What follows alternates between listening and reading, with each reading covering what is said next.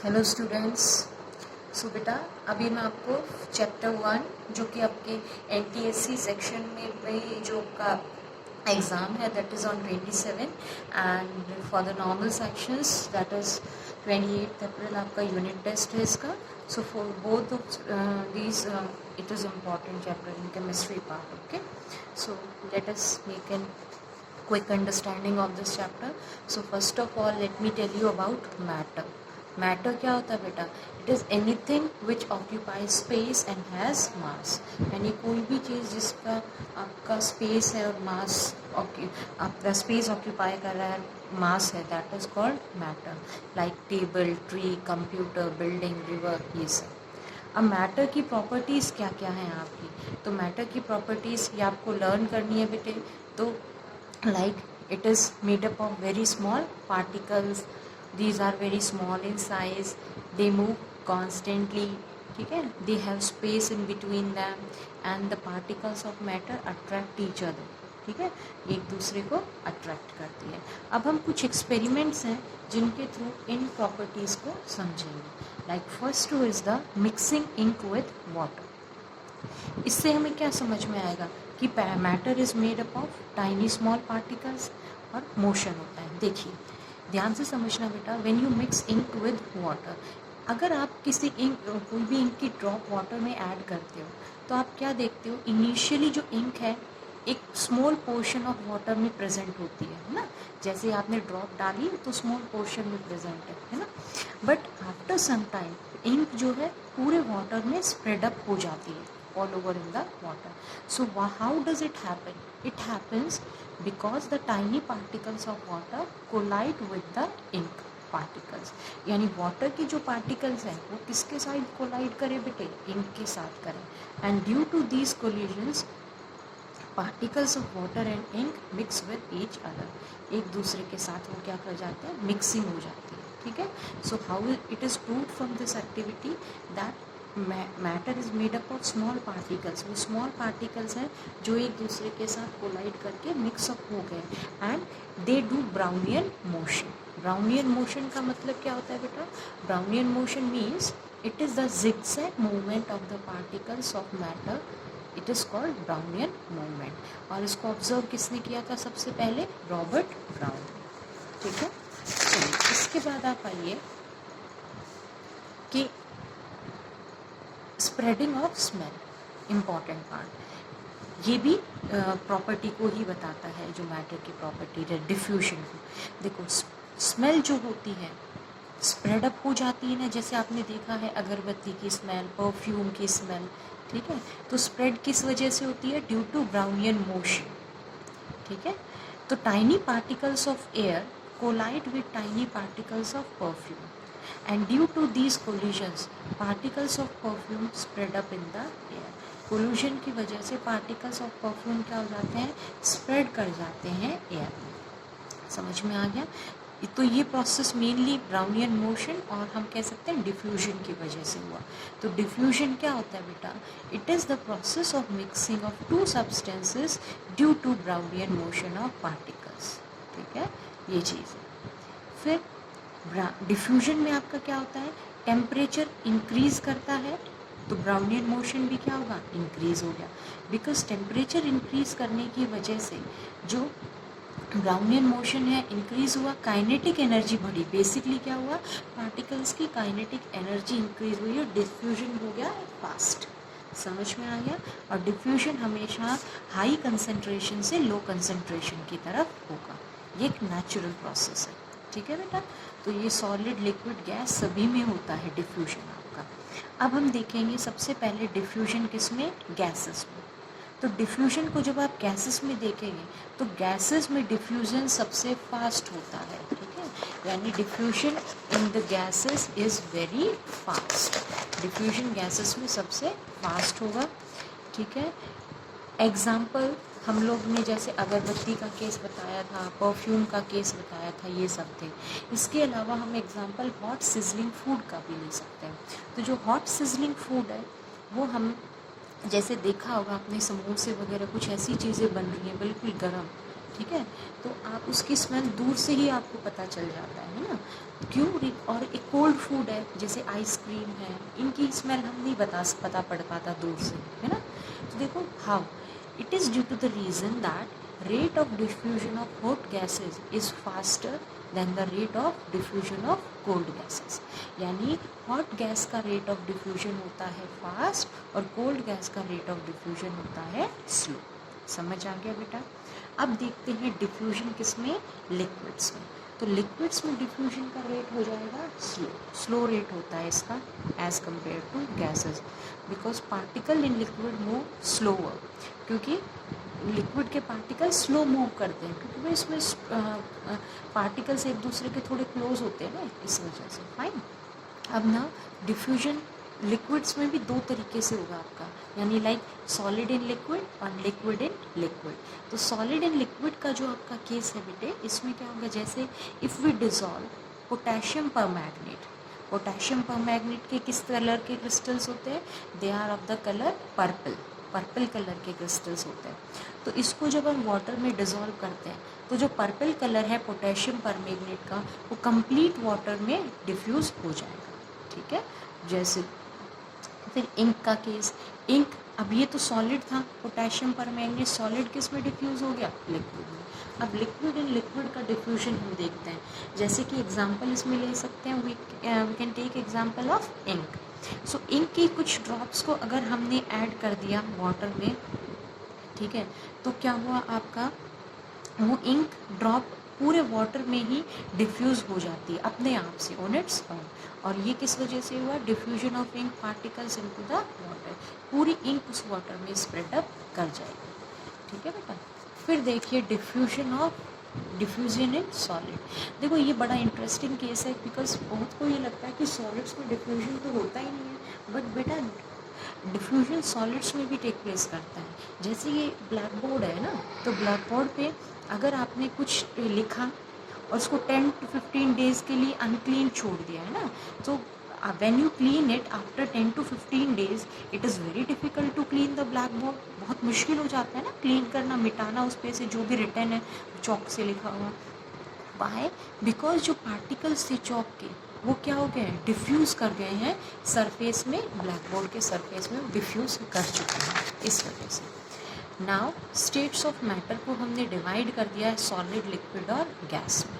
Physical classification है, इसकी दो और स्टेट्स हैं, that is plasma and Bose-Einstein condensate, वो बाद में बताया हुआ। चलिए अब सॉलिड, लिक्विड, गैस, ये एक बहुत ही इजी पार्ट है ना। इसको मैं क्योंकि 2 बार तो ऑलरेडी आपको पढ़ा चुकी हूँ, तो इसका तो सिंपल ऐसा आप इसमें डिफरेंसेस कर सकते हैं। देखिए फटाफट देख लीजिए इसमें, इसलिए तो सॉलिड का शेप फिक्स होता है, वॉल्यूम फिक्स होता है ना, लेकिन लिक्विड का वॉल्यूम फिक्स है, शेप फिक्स नहीं है, क्योंकि लिक्विड्स क्या करते हैं बेटा, लिक्विड शेप किसकी लेते हैं, कंटेनर की शेप लेते हैं, और गैसेस की ना तो शेप फिक्स होती है ना ही वॉल्यूम फिक्स होती है। अब इसमें एक बड़ा इंटरेस्टिंग केस है, क्योंकि हमने बताया ना सॉलिड की शेप फिक्स होती है, लेकिन जो कि अपने शुगर है, सॉल्ट है, ये सॉलिड्स की कैटेगरी में आते हैं ना, पर इनकी जो शेप है ये किसकी शेप आती है, जिस भी टाइप के कंटेनर में आप डाल रहे हो। जैसे मान लीजिए शुगर है, शुगर आपने एक राउंड कंटेनर में डाली तो राउंड शेप में रहेगा वो उसका, है ना, और स्क्वायर में डाली तो स्क्वायर शेप, मतलब कंटेनर की शेप ले लेता है शुगर भी, जितने भी अपनी चीज़ें। लेकिन तो आप इसको कैसे प्रूव करोगे कि उसकी शेप फिक्स है, भाई वो तो कंटेनर की शेप ले रहा है शुगर एक हिसाब से, तो है ना। तो how will you prove it, और हाउ विल यू इसको कैसे एक्सप्लेन करेंगे आप। तो देखिए बेटा इसका ये है कि शुगर सॉलिड ही है और शुगर की शेप भी फिक्स होती है। देखो शुगर का एक जो सिंगल क्रिस्टल की अगर हम बात करें, अकेले एक क्रिस्टल की शुगर की, तो उसकी शेप फिक्स है ना। अब वो बहुत सारे क्रिस्टल्स जब मिल जाते हैं, then they take the shape of the container because they are very small in size। आ गई बात समझ में, ठीक है। तो यानी इंडिविजुअल क्रिस्टल की अगर हम बात करेंगे तो सॉलिड्स में ही है और उसकी शेप फिक्स रहती है, but when many of them these crystals combine then they take the shape of the container, ठीक है। फिर सॉलिड्स की डेंसिटी हाई होती है, लिक्विड की डेंसिटी कम होती है, और गैसेस की डेंसिटी तो काफ़ी लो चली जाती है।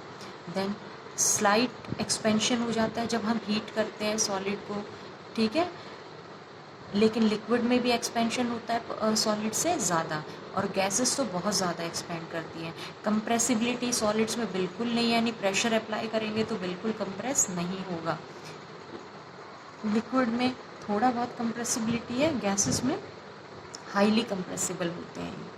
सॉलिड्स फ्लो नहीं करते हैं, फ्लो मतलब बह नहीं सकते हैं ये। लिक्विड फ्लो करते हैं, गैसेस भी फ्लो करते हैं फ्रीली, ठीक है बेटा। सॉलिड के जो मेल्टिंग और बॉइलिंग पॉइंट होते हैं वो रूम टेम्परेचर से ऊपर होते हैं इनके, ठीक है, मतलब रूम टेम्परेचर यानी जो 30 डिग्री टेम्परेचर है मान लीजिए, तो उस टेम्परेचर पे सॉलिड्स ना तो पिघल रहे हैं, है ना ही वो बॉयल हो रहे हैं। इसका मतलब उनके मेल्टिंग और बॉइलिंग पॉइंट ऊपर है। लिक्विड के मेल्टिंग पॉइंट तो रूम टेम्परेचर से कम होता है लिक्विड का, तभी तो लिक्विड स्टेट में, और बॉइलिंग पॉइंट इनका हाई होता है, ठीक है। और गैसेस के तो मेल्टिंग बॉइलिंग दोनों ही रूम टेम्परेचर से बिलो। देखो रूम टेम्परेचर मतलब क्या है, रूम टेम्परेचर जो आपका नॉर्मल टेम्परेचर होता है, मान लीजिए 30 डिग्री 25 डिग्री इस तरीके से, ठीक है। अब सॉलिड में forces of attraction very strong होती हैं, ठीक है, लिक्विड में वीक हो जाती हैं, और गैसेस में बिल्कुल ही नेग्लिजिबल होती हैं फोर्सेस ऑफ अट्रैक्शन, ठीक है, यानी पार्टिकल्स मूव फ्रीली कर पाते हैं इसमें। देन कुछ इंपॉर्टेंट टर्म्स हैं हमारे यहाँ पे, उनको डिस्कस कर लेते हैं, जैसे कि कोहेशन। कोहेशन आपका क्या है, it is the force of attraction between the particles of matter which bind them together, ठीक है। यहाँ पे ये फोर्स ऑफ कोहेशन क्या हुआ, फोर्स ऑफ अट्रैक्शन है जिसमें मैटर के पार्टिकल्स एक दूसरे के साथ बिल्कुल बॉन्डेड है। मैक्सिमम किस में होता है, सॉलिड में, और मिनिमम किस में होता है, ये गैसियस में। रिजिडिटी क्या होती है बेटा, it is the property of a substance to resist any deformation, जैसे कि चेंज इन शेप, कंप्रेस, ये सब इनको वो क्या करते हैं, रेजिस्ट करते हैं, ठीक है। And solids have high rigidity, solid की रिजिडिटी क्या होती है, बहुत ही हाई होती है, मतलब सॉलिड रिजिड होते हैं, ये शेप चेंज इन शेप को बिल्कुल रेजिस्ट करते हैं, ठीक है, होने नहीं देते हैं। फिर फ्लूइडिटी, फ्लूइडिटी क्या है, it is the property of a substance to flow करने की टेंडेंसी है किसी भी सब्सटेंस की। लिक्विड और गैसेस में फ्लूइडिटी प्रेजेंट होती है, सॉलिड में फ्लूइडिटी प्रेजेंट नहीं होती है, फ्लो नहीं कर सकते हैं। कंप्रेसिबिलिटी, कंप्रेसिबिलिटी क्या है, इट इज़ द, देखो पार्टिकल्स के बीच में स्पेसिंग इसकी वजह से क्या हो सकती है, डिक्रीज करवाई जा सकती है। जैसे कि आपको पता है कि गैसेस के जो पार्टिकल्स थे उसके बीच में स्पेसेस बहुत ज़्यादा थे, है ना, तो उनकी स्पेस को हम डिक्रीज कर सकते हैं, उनके बीच की फोर्स ऑफ अट्रैक्शन को बढ़ा सकते हैं। और कैसे, उन पर प्रेशर अप्लाई करके पार्टिकल्स क्या होंगे, एक दूसरे के पास पास चले जाएंगे, तो स्पेस जो उनके बीच का स्पेस था वो तो क्या हो गया, डिक्रीज, और उनके बीच की फोर्स ऑफ अट्रैक्शन थी वो क्या हो गई, इंक्रीज। समझ में आ गया। जैसे कि इसमें फिर हम लोग देख सकते हैं, कंप्रेस्ड हीलियम गैस को एयर बैलून्स में फिल करते हैं।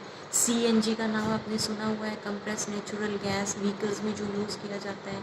एलपीजी, लिक्विफाइड पेट्रोलियम गैस, इसको कुकिंग में यूज़ करते हैं, ठीक है। तो ये सारी क्या है, गैसेज ही हैं जिनको हमने क्या कर रखा है, कंप्रेस कर रखा है, लिक्विफाई कर रखा है, ठीक है बेटा। चलिए फिर इसमें अपना लास्ट टर्म यहाँ पे आता है डेंसिटी।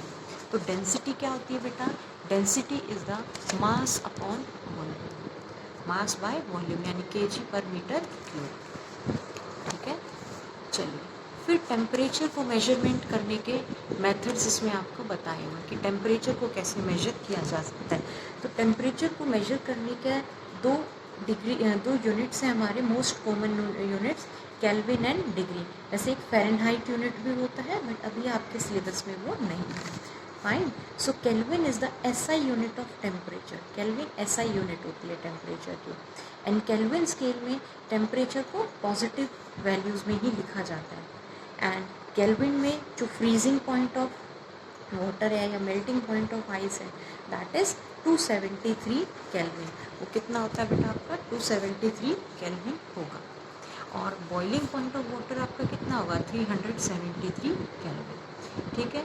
फिर बात आती है डिग्री टेम्परेचर की। तो डिग्री टेम्परेचर को डिग्री सेल्सियस में लिखा जाता है ना। And 0 degree is the freezing point of water, और 100 डिग्री क्या होता है, बॉइलिंग पॉइंट ऑफ वाटर होता है, ठीक है बेटा। अब इसका फॉर्मूला क्या है, टेम्परेचर कन्वर्शन करने का। यानी मान लीजिए आपको केल्विन टेम्परेचर दिया हुआ है और उस केल्विन को डिग्री टेम्परेचर में कन्वर्ट करना है ना, या डिग्री टेम्परेचर दिया हुआ है उसको केल्विन में कन्वर्ट करना है, तो उसी को रीअरेंज कर सकते हैं फॉर्मूला को। तो फॉर्मूला अपना क्या है उसके लिए बेटा, temperature in Kelvin is equal to temperature in degree Celsius plus 273। ठीक है, तो फॉर्मूला आपका क्या है इसके लिए बेटा, दोबारा देखिए, टेम्परेचर इन केल्विन यानी केल्विन टेम्परेचर किसके इक्वल होगा, डिग्री टेम्परेचर प्लस 273।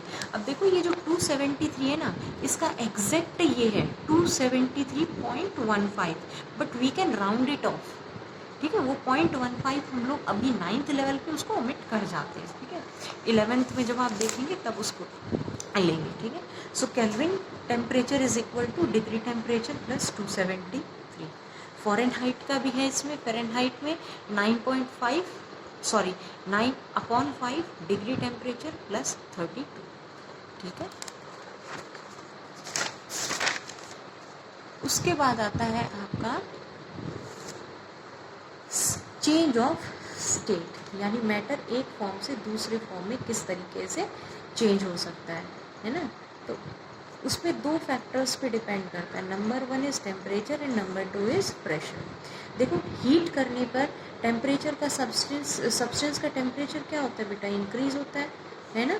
लेकिन एक बात आपको ध्यान रखनी है, जिस दौरान स्टेट ट्रांसफॉर्मेशन होता है, यानी जिस पर्टिकुलर टाइम पे स्टेट ट्रांसफॉर्मेशन होगा, सॉलिड से लिक्विड में कन्वर्ट होगा, उस दौरान टेम्परेचर चेंज सेम रहेगा, यानी टेम्परेचर सेम रहता है, चेंज नहीं होता है। ठीक है, अब इसमें फर्स्ट पॉइंट है आपका फ्यूजन, यानी टेम्परेचर के इफेक्ट की वजह से कैसे कैसे आपके स्टेट चेंज होते हैं। तो नंबर 1 इज़ फ्यूजन और you can call it melting. तो फ्यूजन में क्या होता है बेटा, एक सॉलिड सब्सटेंस किस में कन्वर्ट होता है, लिक्विड में, by the process of heating. ठीक है, तो एक सॉलिड को जब हम हीट करते हैं तो हीट एनर्जी बढ़ने की वजह से पार्टिकल्स क्या करते हैं, वाइब्रेट करना शुरू कर देते हैं, और जो उनका मेल्टिंग पॉइंट है पार्टिकल्स का, उनके पास काफ़ी ज़्यादा काइनेटिक एनर्जी आ जाती है, जिसकी वजह से वो स्ट्रॉन्ग फोर्सेस ऑफ अट्रैक्शन को ओवरकम कर जाता है। ठीक है, और उनके पार्टिकल्स के बीच में जो बॉन्ड होते हैं उनको ब्रेक कर दिया जाता है, और एक सॉलिड मेल्ट होके किस में कन्वर्ट हो जाता है बेटा, लिक्विड को। ठीक है, और जो पर्टिकुलर टेम्परेचर है, यानी दैट पॉइंट ऑफ टेम्परेचर जब आपका सॉलिड लिक्विड में कन्वर्ट होता है, तो उस पर्टिकुलर टेम्परेचर को हम क्या बोलते हैं बेटा, मेल्टिंग पॉइंट। ठीक है, अब नेक्स्ट आइए आप इसमें बॉइलिंग में। ठीक है, बॉइलिंग क्या होता है, boiling is a process in which liquid किस में कन्वर्ट होता है, आपका गैस में, हीट करने की वजह से। अब boiling point of a temperature क्या हो जाएगा, लिक्विड बॉईल करेगा किस में, लिक्विड बॉईल करके किस में चला जाता है बेटा, गैस में कन्वर्ट हो जाता है ना। तो अब दैट पॉइंट ऑफ टेम्परेचर जब एक लिक्विड कन्वर्ट हो चुका है गैस में एट एटमॉस्फेरिक प्रेशर, उस टेम्परेचर को क्या कहते हैं हम, बॉइलिंग पॉइंट। फिर कंडेंसेशन है आपका, कंडेंसेशन में गैस कन्वर्ट होता है किस में, लिक्विड में, बाय कूलिंग, कूल करने की वजह से। ठीक है, और वाटर वेपर किस में चेंज हो जाते हैं आपके कूल करने की वजह से, वाटर वेपर हाँ किस में कन्वर्ट हो जाते हैं, वाटर में कन्वर्ट हो जाते हैं। ठीक है, और जो कंडेंसेशन है ये वेपोराइजेशन प्रोसेस का रिवर्स है, बिल्कुल उल्टा हो जाता है। फ्रीजिंग प्रोसेस में लिक्विड किस में कन्वर्ट होता है, सॉलिड में, इस प्रोसेस को हम क्या कहते हैं, फ्रीजिंग। ठीक है, लिक्विड कूल होके उसके पार्टिकल्स की एनर्जी लूज़ हो जाती है, जिसकी वजह से उनका मूवमेंट भी स्लो हो जाता है, और एक दूसरे के क्या हो जाते हैं बेटा, वो पास हो जाते हैं। ठीक है, यानी वो किस में कन्वर्ट हो जाता है, फिर सॉलिड में कन्वर्ट हो जाता है। और फ्रीजिंग किसका रिवर्स माना जाता है, मेल्टिंग का, क्योंकि देखो मेल्टिंग में तो हो रहा था आपका सॉलिड से लिक्विड, और फ्रीजिंग में जा रहा है लिक्विड से सॉलिड। ठीक है, और फिर यहाँ पे ये देखिए आप, ये वाला जो है एक फ्लो चार्ट है, इसमें बताया गया आपका कि solid getting convert to liquid और लिक्विड से गैस। तो सॉलिड कैसे गया आपका, सॉलिड लिक्विड में गया हीटिंग की वजह से, लिक्विड गैस में गया हीट की वजह से, गैस लिक्विड में कूल यानी कंडेंसेशन, लिक्विड सॉलिड फ्रीजिंग की वजह से, and solid directly to gas and gas directly to solid due to the process of sublimation. ठीक है, फिर देखिए प्रेशर का इफेक्ट। देखो बेटा, प्रेशर का इफेक्ट होता है ओनली ऑन द गैसेस, केवल गैसेस के ऊपर इफेक्ट आता है। ठीक है, क्योंकि गैसेस के ही पार्टिकल्स के बीच में नेग्लिजिबल फोर्स ऑफ अट्रैक्शन थी, उन्हीं को हम कंप्रेस करके उनकी फोर्स ऑफ अट्रैक्शन को और भी बढ़ा सकते हैं। ठीक है, और गैसेस को कंप्रेस करके किस में कन्वर्ट कर देते हैं हम लोग, लिक्विड में। जैसे पीछे मैंने अभी बताया था ना, compress natural gas, liquefied petroleum gas, ये सब। ठीक है, तो इसको तो सिंपल ही आप कर लें। अगला फिर इसमें आ जाइए आप, लेटेंट हीट। तो लेटेंट हीट, लेटेंट मतलब क्या है यहाँ पे, हिडन हीट। लेटेंट हीट वो हीट है जो किसी सब्सटेंस को चाहिए है अपनी स्टेट चेंज करने के लिए विदाउट राइजिंग टेम्परेचर, मतलब इसमें टेम्परेचर इंक्रीज नहीं होता है, बस इस दौरान क्या होती है, आपकी स्टेट चेंज होती है बेटा लेटेंट हीट के दौरान। समझ में आ गया, तो यही चीज़ इसमें आपको ध्यान रखनी है। अब लेटेंट हीट का मतलब क्या है, ये वो हीट है जो यूज़, देखो मैंने बताया ना टेम्परेचर नहीं बढ़ा रही थी, टेम्परेचर में कोई इफेक्ट शो ही नहीं कर रही थी, तो कर क्या रही है एक्चुअली ये वाली हीट, तो this heat is that which is used up in overcoming the force of attraction, जो फोर्स ऑफ अट्रैक्शन को ओवरकम कर रही है during the change of state. It does not increase the kinetic energy of the particle, kinetic energy को increase नहीं करती है।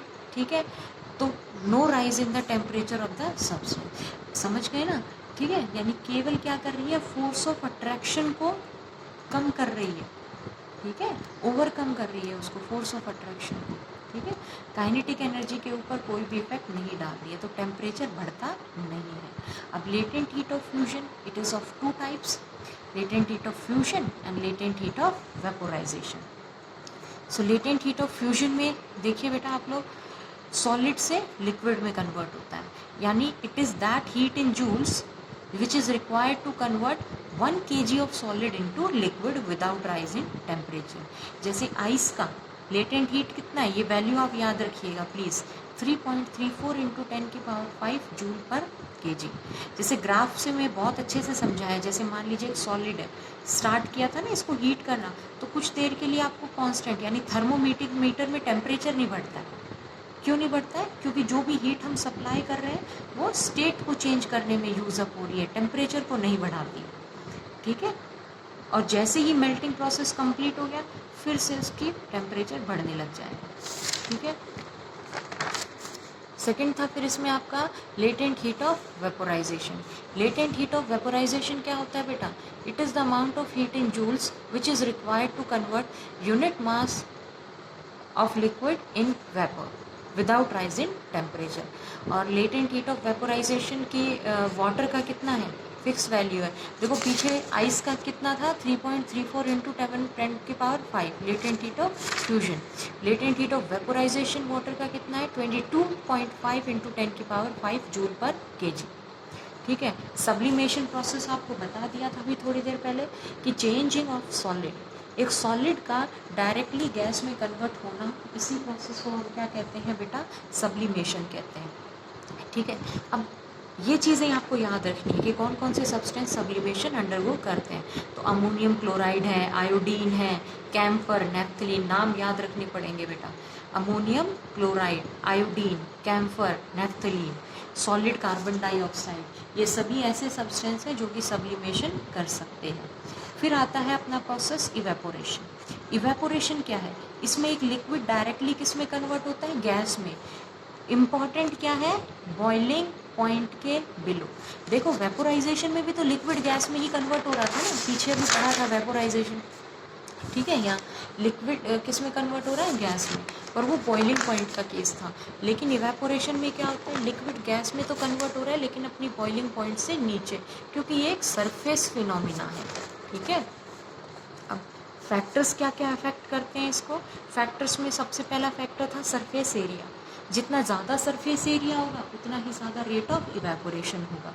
क्योंकि सरफेस के कांटेक्ट में पार्टिकल जितने ज़्यादा आएंगे तो उतने ही ज़्यादा rate of evaporation. Evaporation temperature पे भी डिपेंड करता है, more the temperature more is the rate of evaporation. ठीक है, जितना ज़्यादा टेम्परेचर होगा, गर्म होगा, है ना, देन तो उतना ही ज़्यादा रेट ऑफ इवेपोरेशन होगा। ठीक है, क्योंकि काइनेटिक टेम्परेचर बढ़ने की वजह से काइनेटिक एनर्जी बढ़ जाती है और सरफेस वाटर जो होते हैं, सरफेस वाटर मॉलिक्यूल्स होते हैं वो फ्री हो जाते हैं और इवेपोरेशन इंक्रीज। ह्यूमिडिटी अगर ज़्यादा है तो इवेपोरेशन कम होगा। ठीक है, क्योंकि ह्यूमिडिटी के दौरान हमारी जो एयर है वो ऑलरेडी सैचुरेटेड है, उस एयर में ऑलरेडी वाटर मॉलिक्यूल्स प्रेजेंट है, तो और वाटर मॉलिक्यूल्स का उसमें जाना थोड़ा मुश्किल हो जाता है। ठीक है, विंड स्पीड पे डिपेंड करता है, जितनी ज़्यादा विंड स्पीड होगी उतना ही, विंड स्पीड मतलब हवा, ठीक है, तो जितनी तेज हवा होगी उतना ही ज़्यादा इवेपोरेशन प्रोसेस होगा। एंड लास्ट फैक्टर क्या है, नेचर ऑफ लिक्विड। जितना ज़्यादा कोई लिक्विड वॉलेटाइल होगा, वॉलेटाइल का मतलब क्या होता है, इन वॉलेटाइल लिक्विड्स की टेंडेंसी होती है इजीली वेपर्स में कन्वर्ट हो जाना। ठीक है, तो उतना ही रेट ऑफ इवेपोरेशन ज़्यादा। फिर difference between evaporation and boiling, it is very important. Evaporation तो अभी बताया, लिक्विड से वेपर में बिलो इट्स बॉइलिंग पॉइंट, लेकिन बॉइलिंग में क्या हो रहा है आपका, बॉइलिंग में वेपर वाटर जो लिक्विड है वेपर में कन्वर्ट हो रहे हैं आपके बॉयल होने के बाद में, यानी एटमॉस्फेरिक प्रेशर में। ये एक स्पॉन्टेनियस प्रोसेस है, बॉइलिंग है नॉन स्पॉन्टेनियस है। ठीक है, दूसरी बात है इवेपोरेशन कूलिंग इफेक्ट कोज करता है। ठीक है, कूलिंग इफेक्ट मतलब कि कोई भी जो लिक्विड है मान लीजिए, तो एनर्जी लिक्विड किस में कन्वर्ट हो रहा है, वेपर में, या हम कह सकते हैं गैस में, तो वो अपने आसपास की सराउंडिंग से या जो लिक्विड है उसी में, उसी से एनर्जी ड्रॉ आउट करता है, और किस में, यानी लेटेंट हीट कहाँ से ले रहा है, अपनी आसपास की सराउंडिंग से, और गैस में कन्वर्ट होके चला गया। ठीक है, तो हीट उसने लूज करवा दी ना, तो लिक्विड कहाँ से उसने एनर्जी ड्रॉ आउट कर रही, तो सराउंडिंग्स उसकी कहाँ हो गई, इन टर्न क्या हो गई, कूल हो गई। इसके एग्जाम्पल है जैसे कि समर्स में हम कॉटन क्लोथ पहनते हैं, क्योंकि कॉटन क्लोथ्स ने क्या कर लिया, स्वेट को एब्जॉर्ब कर लिया। अब स्वेट को एब्जॉर्ब कर लिया कॉटन क्लोथ्स, क्योंकि पोरस होते हैं थोड़े इस वजह से, और फिर उस स्वेट क्या हो गया, वो लिक्विड से गैसियस स्टेट में कन्वर्ट हो गया, है ना, आसानी से कन्वर्ट होके चला जाता है हमारी बॉडी की हीट को एब्जॉर्ब करके। तो हमारी बॉडी को कैसा लगता है इन टर्न में, कूल। डॉक्टर हैं स्प्रे करते हैं अल्कोहल और ईथर हमारी बॉडी सरफेस पे, क्यों बेटा, क्योंकि वो यही है, अल्कोहल और ईथर वॉलेटाइल लिक्विड होते हैं, तो बॉडी को कैसा बना देते हैं, मतलब ये नम हो जाती है, क्योंकि वो लिक्विड से गैस में कन्वर्ट होगा तो हीट एनर्जी ले लेगा हमारी बॉडी को, हमारी बॉडी को नम कर देता है और लेस पेन हमें लगता है। अर्थ एंड पॉट का केस में बहुत बार डिस्कस कर चुके हो आपके साथ, कर लेंगे आप लोग, है ना। अब एक और चीज़ है इसमें कि जो मैटर के भी आपको सॉलिड, लिक्विड और गैस बताए थे, तो इनके दो स्टेट्स ऑफ मैटर और हैं। एक तो है बोज आइंस्टीन, ये बाद में डिस्कस हुए थे, तो इनका भी आप थोड़ा ध्यान रखिएगा। तो बोज आइंस्टीन और प्लाज्मा। तो बोज आइंस्टीन कंडेंसेट क्या होता है, it is made by cooling a gas off very low temperature. Bhoj Einstein में क्या होता है, बोज आइंस्टीन में दो साइंटिस्ट थे, एक तो सत्येंद्र नाथ बोस और ये एल्बर्ट आइंस्टीन, ठीक है, इन दोनों ने इसके वर्क किया था। तो एक गैस को कूल किया जाता है सुपर लो टेम्परेचर पे, उस दौरान की ये स्टेट है। और प्लाज्मा में क्या होता है, प्लाज्मा में super excited ionised particles present होते हैं, जैसे कि सन और नियॉन लाइट्स में, ये सब है बेटा इसमें। ठीक है, तो इन दोनों पे आप खास ध्यान देंगे सभी। ठीक है, बाकी the chapter is complete for your upcoming unit test and this NTSC sections. Okay, so revise it properly. Best of luck.